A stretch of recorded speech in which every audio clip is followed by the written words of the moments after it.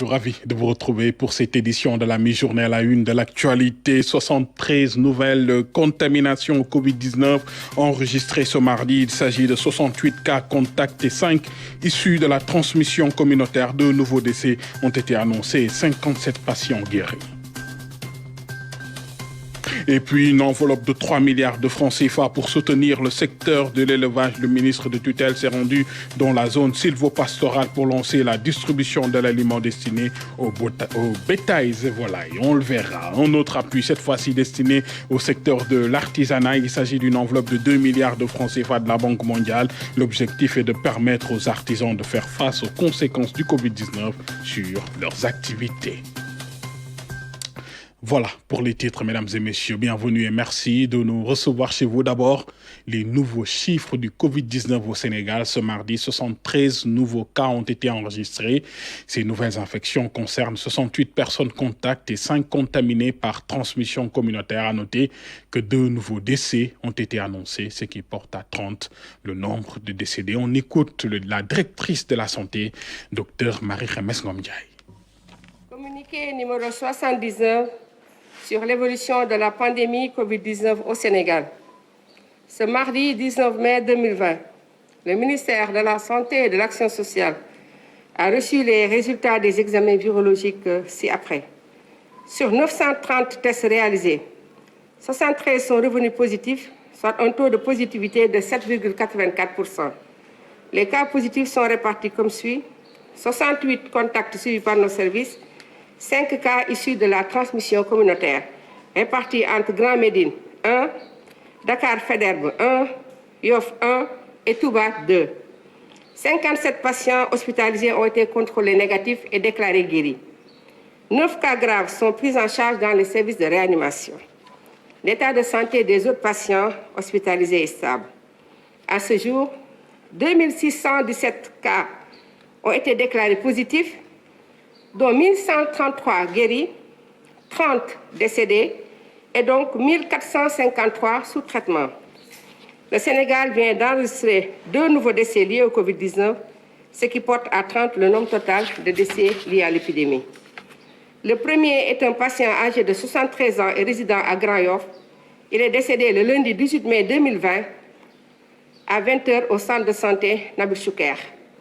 Le second est un patient âgé de 86 ans, résident à Dakar. Il est décédé le 16 mai 2020 dans une structure de santé privée de la place. Le résultat de l'examen effectué sur la victime est revenu positif.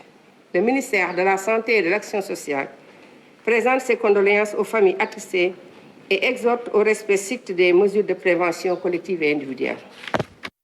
Pendant ce temps, la sensibilisation sur le terrain se poursuit. Les marchés, les commerces d'alimentation, mais aussi et surtout les boulangeries sont les cibles du SNEPS. Le Service national de l'éducation et de l'information sanitaire va adapter sa communication à la situation. Reportage à Grand Yoff avec Oumar Diaw. Dans ses missions d'éducation et d'information sanitaire, le SNEPS s'adapte à l'évolution de la situation. En cette période de Ramadan, les boulangeries constituent une de ses cibles principales. Ñun daf ñu arrange sax ñun ñi nga xam ne dañu nekk secteur boulangerie parce que bu ñu tëjee boulangerie nit ñi dañuy sonn ñun tamit suñu liggéey dootul dox quoi. Population yi moom lu leen di sensibiliser loolu lu baax la ci feebar bi ndax am na ñoo xam ne moom boo leen sensibiliser wul du ñu xam gravité yi ak disposition yi war a jël. Puisque le Sénégalais se passe difficilement de son pain blanc, autant l'amener à respecter les mesures barrières et s'interdire des rapprochements risqués. Faire respecter la distance de sécurité, mettre une solution antiseptique entre les mains de chacun, constituent des gestes protecteurs simples que la clientèle ne boude pas, comme sa baguette. J'étais très content parce que nii ngeen di def nii vraiment lu rafet la quoi. Defe naa ni liggéey bi liggéeyu ñëpp la ñun ñëpp ñoo ci war a jàpp. Les exploitants de boulangerie, pour la plupart, font respecter ces mesures de bon sens. Qu'on respecte ce que le gouvernement a posé. Les mesures sont prises. L'alcool, tout ça, on assiste à la pharmacie. Et les masques, on respecte tout ça. Bon, on ne peut pas laisser quelqu'un venir à la boulangerie sans masque. Ces actions de sensibilisation par une information sûre sont menées partout où les autorités sanitaires le jugeront utile. Elles rappellent à tous le nécessaire changement de comportement pour se protéger. Dans l'actualité également, le démarrage officiel de la distribution de l'aide alimentaire à Kaolack. Plus de 65 000 ménages sont concernés par ces appuis. Pour le moment, pas de difficulté majeure soulignée par les bénéficiaires. Le ministre du Développement communautaire a pour l'occasion salué le travail abattu par l'administration territoriale. Claire Diop avec notre bureau à Kaolack. Cérémonie de distribution de l'aide alimentaire à Wakunguna dans le département de Nioro, région de Kaolack.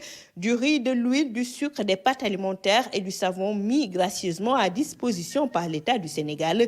Les populations dites vulnérables sont les bénéficiaires. L'aide devrait permettre à ces derniers d'être résilients face aux impacts négatifs liés à la pandémie du Covid-19. La région de Kaolack dans sa globalité compte 65 029 ménages répartis au niveau de tous les départements, dont environ 24 000, un peu plus de 24 000 pour le département de Nioro et 2 437 pour la commune de Wakunguna. Aujourd'hui, cette commune est prête à distribuer ces kits alimentaires tels que déclinés tout à l'heure par M. le maire Lamine Dia. Sur le choix des bénéficiaires, pas de difficultés majeures notées dans la région et l'autorité s'en félicite. L'administration territoriale, dans le cadre de l'appui alimentaire, a mené à bien toute la procédure, tout le processus de ciblage, la validation du RNU, du registre national unique, le choix des ménages dans le cadre de l'extension, sans aucune contestation zéro. Cela veut dire que nous avons une administration qui travaille, une administration républicaine, en relation avec l'ensemble des acteurs. Pour les bénéficiaires, c'est une aubaine. On salue l'initiative. Le programme qui nous réunit aujourd'hui rentre dans le cadre de cette redistribution de cette enveloppe de 69 milliards dédié au programme de résilience économique et sociale, que vous menez de main de maître, Monsieur le ministre, à la grande satisfaction des populations, mais également des bénéficiaires. Aujourd'hui, la situation est extrêmement difficile. Nous avions très peur car tout est à l'arrêt. Mais l'État est venu à notre secours et c'est très bien pour nous. Nous allons pouvoir nourrir nos familles correctement. Dans le kit de chaque ménage, 100 kg de riz, 10 kg de sucre, 10 litres d'huile, un paquet de savon en morceaux et des pâtes alimentaires. La valeur marchande est évaluée à 66 000 francs CFA. Ce chiffre à présent, 3 milliards de francs CFA, c'est l'enveloppe allouée par l'État au secteur de l'élevage. C'est dans le cadre de l'opération dite sauvegarde du bétail. Pour la première phase, plus de 8 000 tonnes d'aliments bétail et 667 tonnes d'aliments volailles sont mises à la disposition des éleveurs. Le ministre de tutelle était en tournée dans la zone sylvopastorale pour s'enquérir du déroulement des opérations de distribution. Salou Sek. À Déali, dans le département de Linguère, personne ne voulait rater cette occasion. Sous le chaud soleil, les éleveurs accueillent aujourd'hui leur ministre de tutelle. Ici, l'appui du gouvernement est considéré comme une bouffée d'oxygène qui vient soulager toute une communauté. Toute la population de Déali vous remercie beaucoup. Nous sommes très contents et nous allons respecter les instructions du président de la République. Tous les villages qui sont dans la commune vont recevoir leur quota aussi. À Sagata Djolof, toujours dans le département de Linguère, la commission de distribution est à pied d'œuvre. Objectif, permettre aux éleveurs de disposer très rapidement d'aliments pour pouvoir sauvegarder leur bétail. Cet appui est venu à son heure. Au nom de la commune de Sagata Djolof et de tous les éleveurs, nous vous remercions et prions pour votre réussite. À Warkhokh, toutes les recommandations de la tutelle sont respectées. Ici, comme dans les autres communes, tous les éleveurs sont concernés par cet accompagnement du gouvernement. Ça va au-delà même des populations autochtones de la commune, parce qu'on a vu dans l'arrêté que même les éleveurs, là aussi, c'est un problème dans un autre problème, parce que les transhumants, généralement, ce sont des gens aussi très vulnérables, surtout par rapport à cette crise. Donc on va essayer de les prendre en charge dans le cadre de la distribution de cet aliment de bétail. Dans la ranch de Doli, l'aliment est déjà sur place. Une bonne nouvelle pour ces éleveurs de la zone sylvo-pastorale. Ici, leurs représentants ont tour à tour magnifié les efforts du gouvernement. Avec cet appui, ils vont non seulement disposer d'aliments, mais aussi bénéficier de fonds conséquents. Le président de la République a subventionné à 100% par rapport à l'aliment de bétail. Maintenant, quand on parle de subvention 76%, les 2000 francs que l'éleveur paye pour acquérir un sac acquis à 8500, ces 2000 francs vont entrer directement dans les caisses des éleveurs. Donc la subvention est totale et à 100%. Donc là, c'est un effort que le président de la République a fait, comme il a l'habitude d'ailleurs de le faire à l'endroit des éleveurs, mais aussi à l'endroit de toutes les couches vulnérables du pays. Après donc son lancement à Dakar, l'opération de mise en place d'aliments de bétail se déroule normalement dans les différents départements. La totalité des départements ont reçu leur quota en aliments de bétail. Et au niveau de chaque commune, aussi les répartitions par commune, je peux dire 43% des communes ont reçu actuellement leurs aliments. Et d'ici mardi, avec les prévisions, on pense pouvoir atteindre les 90%, voire les 95% de livraison au niveau commune. Le reste, ce qu'il faudrait peut-être dire, c'est qu'au niveau des communes, que les commissions accélèrent pour que la mise en œuvre effective puisse se faire dans de bonnes conditions et dans les meilleurs délais. Dans les prochains jours, la deuxième phase sera lancée. Au total, 4700 tonnes d'aliments de bétail d'une valeur d'1 milliard de francs CFA seront mises à la disposition des éleveurs. Lancement officiel hier de l'enquête sur l'impact du Covid-19 dans le secteur industriel national. Ces résultats de l'étude permettront un meilleur accompagnement de l'État. Il s'agit aussi de voir comment amorcer l'après-Covid. Compte rendu avec Lamine Touré. Échange symbolique entre les directeurs généraux de l'ANSD et de NMA Sandoz. Devant le ministre du Développement industriel et des petites et moyennes entreprises, il s'est agi de lancer officiellement des enquêtes sur l'impact du Covid-19 dans le secteur industriel. Son Excellence le Président Macky Sall m'a demandé d'actualiser la nouvelle stratégie nationale de développement industriel en prenant en compte les enseignements tirés de la pandémie du Covid-19. Il se trouve déjà que conformément à ces directives, issu du Conseil des ministres, j'ai lancé le 4 février passé le processus d'actualisation de la politique industrielle nationale. Ici, dans la salle de supervision par exemple, Moustapha Diop a eu une idée claire des effets de la maladie. Des équipes de nuit ont vu leur capacité de rendement fortement diminuer. L'initiative de l'État est de saisir en données chiffrées cette situation. Aujourd'hui, tout le monde s'accorde à dire que le secteur industriel est fortement impacté par la pandémie du Covid-19, mais nous ne disposons pas d'éléments statistiques pouvant nous permettre de renseigner sur l'ampleur de la crise et les branches d'activité qui sont touchées, voire les entreprises qui sont menacées de disparition. Et c'est pour en avoir le cœur net que j'ai commandité une enquête à l'ANSD. L'ANSD se donne 2 semaines pour livrer les résultats. Nous allons utiliser notre dispositif qui est déjà en place, qui nous permet donc de recueillir des informations auprès des industries, auprès des industriels, de manière très rapide. Donc c'est une enquête qui va durer donc, entre 15 jours et 21 jours au plus tard, s'il n'y a pas de difficulté majeure. Le patronat et autres acteurs de l'industrie approuvent la démarche, celle qui va aboutir à la définition d'une nouvelle vision du secteur après la pandémie. C'est sur le terrain qu'on observera les effets de la pandémie, mais c'est aussi à partir du terrain que nous élaborerons l'après-pandémie. Parce que le fait de mesurer l'impact doit nous amener aussi à imaginer quelles seront les voies de sortie. C'est une heureuse initiative qui permet de jauger et de voir quel est l'impact réel du Covid-19 sur l'entreprise sénégalaise. Le lancement au sein de NMA Sandoz de l'enquête sur l'impact du Covid-19 dans l'industrie nationale est aussi un hommage rendu au capitaine d'industrie Ahmed Amar pour sa contribution dans le développement de l'économie nationale. Le reportage du jour sur l'impact de la pandémie sur le secteur de l'artisanat. Tout comme le tourisme, l'artisanat est durement frappé par la crise sanitaire. Nous nous sommes rendus à Ziguinchor sur place, vous allez le voir. Les artisans d'art crient leur désespoir. Abdoulaye Sinkaré avec notre bureau à Ziguinchor. À la rue de commerce, en plein cœur du quartier Escale, Mousse a fini de s'incruster dans le décor. Si je ferme, ça sera plus laid encore. Ça sera plus laid encore.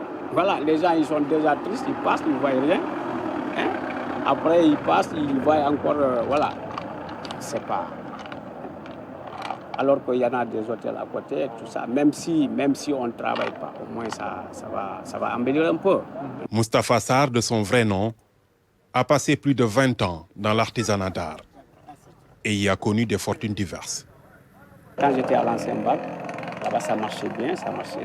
Parfois je faisais des chiffres d'affaires jusqu'à 1,5 million le mois, disons 1,5 million le mois. Mais pas tous les mois, mais disons, dans le mois je pouvais le faire une fois ou deux fois. Et dans l'année je peux le faire une fois, deux fois, même jusqu'à 3 fois. Au carrefour de plusieurs hôtels de rang, Mousse tirait bien profit du passage des touristes. Mais avec la pandémie du Covid-19, l'artiste se retrouve devant un tableau sombre de son existence. Ici, c'est hyper difficile. C'est très, très compliqué parce que la maladie, elle a accentué la chose, mais ça va parce que je parviens à tenir le coup parce que je ne fais pas que ça. Je ne fais pas que ça aussi. J'ai un petit boulot à côté que j'ai fait, voilà, qui me permet de vraiment tenir le coup. Ambiance morose des œuvres à la merci de la poussière, beaucoup d'artisans ont baissé rideau à la chambre des métiers. Ici, les clients sont rares et les journées courtes. On travaille de 8h jusqu'à 14h. Il n'y a que des pères de famille. Il y a plus de 150 sites qui sont installés ici. Et puis la majeure partie, ce sont des jeunes qui sont mariés, qui ont des enfants de 2 à 3 ans, ou de 5 ans à 7 ans. Pour nous qui sommes les anciens là, mais pour nous, on peut débrouiller autre part, mais la jeunesse, ils ne connaissent que le centre artisanal. Franchement parler, ça a complètement tué notre job. Et on aimerait savoir aussi aux autres qu'en ce moment-là, ici au village artisanal, ça ne va pas. On a rencontré des difficultés à propos de ce virus-là.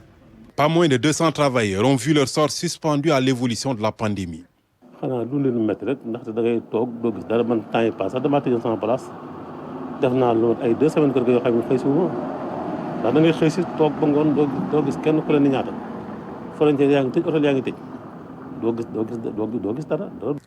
attendant des lendemains meilleurs, les objets de Mousse, comme des totems, continuent de veiller sur la rue de commerce.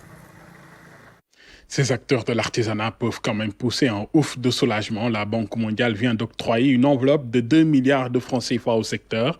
Les 400 millions de francs CFA sont destinés aux artisans couturiers pour la production de masques barrières. Cet appui vient en tout cas renforcer le dispositif de résilience de l'État. Fanta Badji. L'artisanat, l'un des secteurs les plus touchés par le Covid, ce qui n'a pas empêché les acteurs du secteur de contribuer à la lutte contre la pandémie. La filière couture-confection a déjà produit 580 000 masques sur les 1 million de la commande de l'État. La première étape était de voir un peu avec les services de la santé et l'association sénégalaise de normalisation pour qu'ils puissent homologuer pratiquement les prototypes de masques que nous avions fait confectionner par nos artisans. Ce premier lot est confectionné par les artisans couturiers de la région de Dakar. Le reste de la production, qui sera gérée par les chambres de métiers des régions, est attendu dans les tout prochains jours. Avec la volonté du ministre, nous avons pratiquement eu une approche territoriale pour que l'ensemble des artisans du Sénégal puissent apporter leur contribution. Un financement de la Banque mondiale a permis de réaliser ce projet qui vient appuyer le programme de résilience de l'État. 2 milliards pour uniquement le secteur de l'artisanat. Une partie a été réservée au financement du million de masques sous forme de subvention à hauteur de 400 millions, c'est-à-dire 400 francs la pièce. Donc tous les artisans qui ont participé à ce projet ont reçu 400 francs la pièce en rapport avec le nombre de commandes qu'ils ont pu exécuter. Actuellement, le ministère travaille sur une stratégie d'accompagnement post-Covid des artisans. Le Covid-19, on peut le considérer aujourd'hui comme un mal pour un bien, dans la mesure où il y a eu un réveil des consciences sur les capacités réelles que nous avons en interne. D'où le projet que nous avons avec l'ADER pour voir comment on peut maintenant accompagner le secteur de l'artisanat pour mettre en place des clusters sur la fabrication de matériel spécialisé. Je peux donner l'exemple des blouses médicales. On a vu la rupture. Et aujourd'hui, si la matière première est disponible, je ne vois pas techniquement qu'est-ce qui empêcherait nos artisans à pouvoir confectionner cela. Nous avons vu aussi beaucoup d'artisans qui ont confectionné des machines automatiques ou semi-automatiques de distribution de gel ou de produits hygiéniques. Tous ces génies créateurs dont le Covid-19 a fait apparaître méritent d'être organisés, structurés et accompagnés. Les autres secteurs qui ne sont pas directement impliqués dans la gestion de l'urgence du Covid seront pris en compte ultérieurement. On parle de la reprise des cours le 2 juin prochain. Le ministère de l'Éducation nationale renforce ses capacités d'édition et de reproduction de supports. Mamadou Talla a signé avec l'Agence internationale de la coopération coréenne une convention pour la relance des activités de l'imprimène. Un pas important pour la prise en compte des élèves des localités non encore dotées d'électricité et d'Internet. Massamba Thiam. Mamadou Talla est la représentante de l'Agence coréenne de coopération internationale, paraphe ici le protocole d'accord pour le projet de post-management de l'imprimène du ministère de l'Éducation nationale.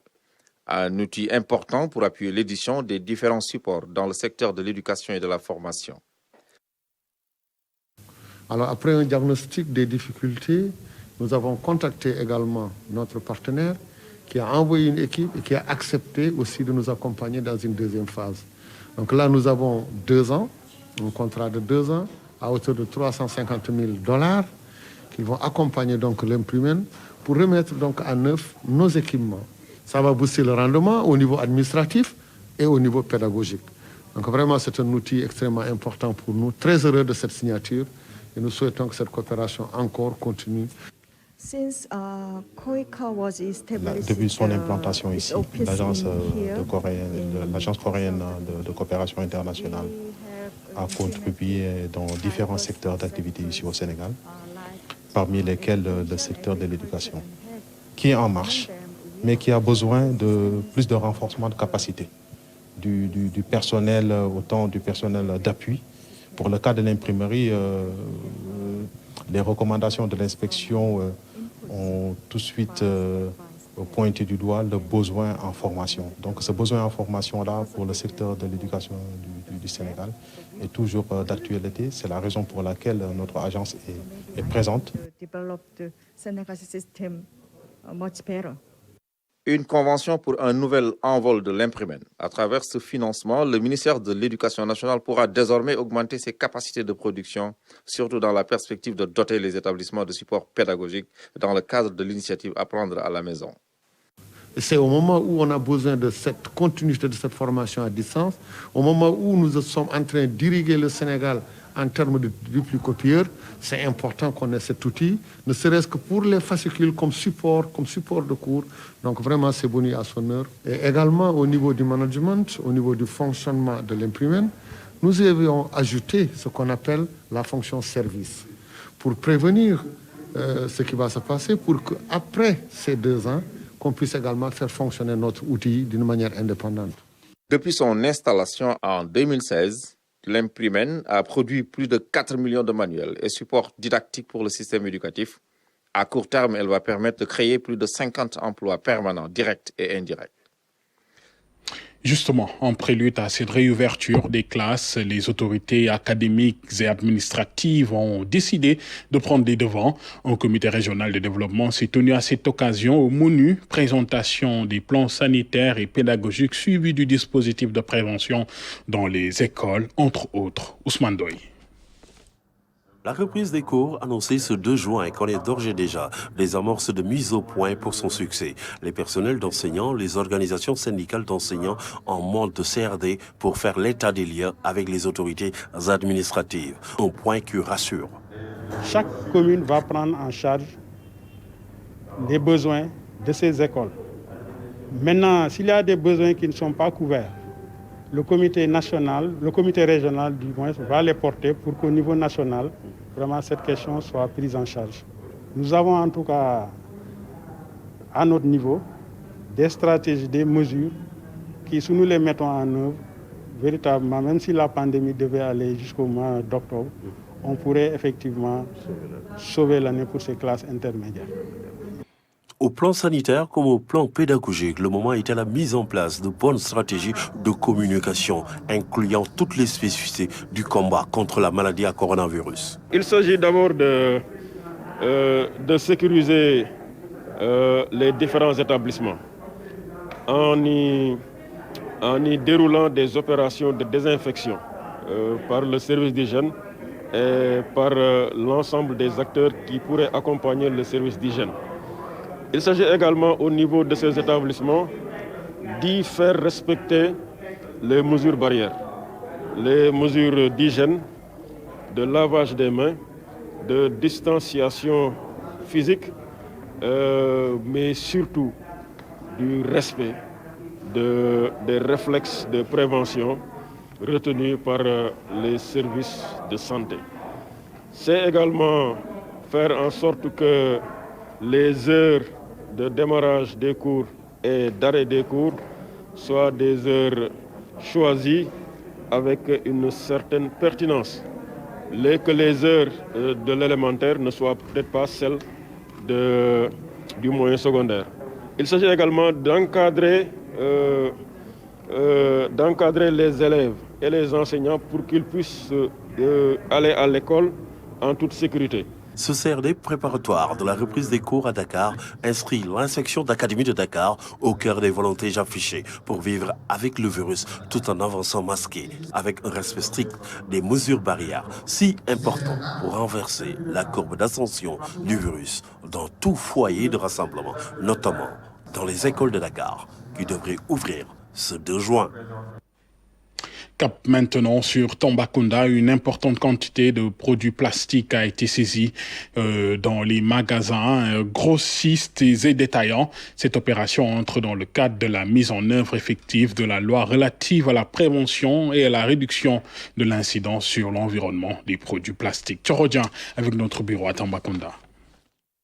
Après sa promulgation, l'heure est à la mise en application de la loi interdisant la vente et l'utilisation de certains produits plastiques. À Tambacounda, plus d'une quinzaine de magasins ciblés. Pour l'essentiel des produits saisis, des sachets plastiques, des tasses et des plats jetés. Depuis ce matin, quand même, on a fait des saisies intéressantes. Parce que nous avons ciblé au moins une quinzaine de magasins grossistes. Mais on n'en est qu'au 3e magasin. Et véritablement, comme vous pouvez le voir derrière moi, au moins on a rempli tous les véhicules qu'on avait avec nous, aussi bien les nôtres que les véhicules des eaux et forêts et de la police qui sont nos collaborateurs de ce matin. Malgré leurs interdictions depuis plusieurs mois, certains produits plastiques sont toujours légion dans les établissements de commerce à Tambacounda. Oui, quand ils sont venus, on a su que on a su automatiquement qu'est-ce qu'ils sont venus faire. Donc les produits étaient déjà placés dans un endroit. Donc spécialement pour ça. Donc ils ont venu, comme c'était des produits déjà, on ne peut plus vendre. Donc même si on le cachait et emmené quelque part, donc on ne peut plus le vendre. Donc ils ont venu automatiquement, quand ils sont rentrés, on les a indiqué directement là où le produit est. Donc on les a dit aussi la quantité qui est là, donc ils ont amené. Cette opération d'envergure, qui a pour objectif la protection de l'environnement, a été encadrée par les forces de défense et de sécurité. Nous nous sommes fait accompagner par nos collaborateurs des eaux et forêts et de la police, véritablement, qui sont quand même des forces de répression qui nous ont accompagnés. Il faut dire que véritablement, nous n'avons remarqué aucune résistance de la part de ces commerçants. Ces opérations de saisie de certains produits plastiques vont s'élargir aux autres départements de la région de Tambacounda pour un respect strict de la loi 04 du 8 janvier 2020. Et on en vient au reportage Ramadan de ce 13h pour finir. Il s'intéresse au secteur de la couture également touché par la pandémie. Les clients ont déserté les ateliers à quelques jours de la fête de Korité. Un véritable manque à gagner pour les acteurs. Ces derniers ont enregistré pourtant un chiffre d'affaires record en cette période. Le constat avec Moussa Mané. Chez FAL2, on ne badine pas sur les formalités d'usage. Dans cet établissement de couture, le maître des lieux fait du respect des gestes simples une affaire personnelle. Ici, l'activité tourne normalement. Les tailleurs sont en action, tandis que dans la salle des expositions, les commandes attendent leurs propriétaires. Toutefois, en ces temps de Covid-19, le rythme des entrées a un peu baissé. Nous allons vers la fête de la Korité.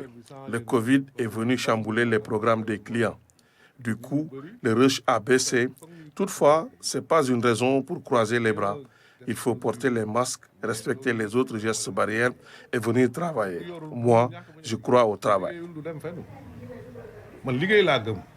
Transformant cette situation en opportunité, il s'est aussi lancé dans la confection des masques. Une manière pour lui de participer à la lutte contre la pandémie. Je confectionne des masques, j'en donne aux forces de l'ordre. Des fois, c'est des commandes, mais j'offre beaucoup aux personnes qui n'en disposent pas. Si, chez Fall 2, on est optimiste, d'autres maîtres tailleurs restent inquiets. L'ennemi public numéro 1 du moment est venu anéantir les espoirs d'une bonne campagne avant la fête de Korité. La clientèle commence à revenir. Les choses ne sont plus comme avant. J'ai fait un tour chez certains ateliers de couture. Beaucoup souffrent. Les clients sont devenus rares.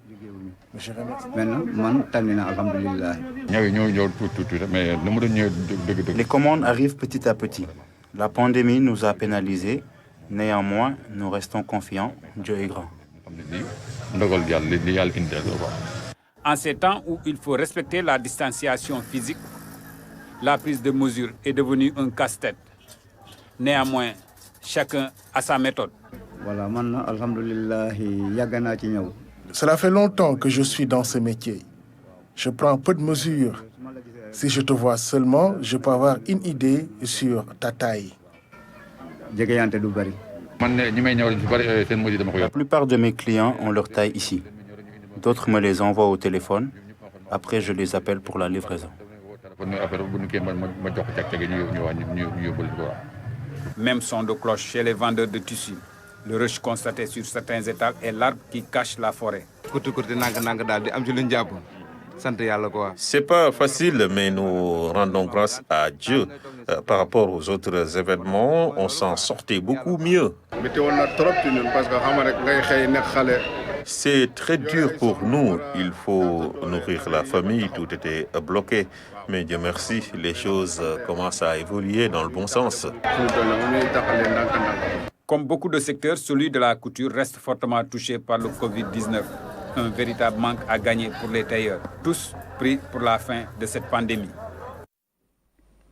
Ainsi va l'actualité de ce mardi après-midi, mesdames et messieurs. Merci de nous avoir suivis. Merci de votre attention et de votre fidélité. L'information, je vous le rappelle, contenue sur rts.sn, sur l'application RTS et sur live.rts.sn.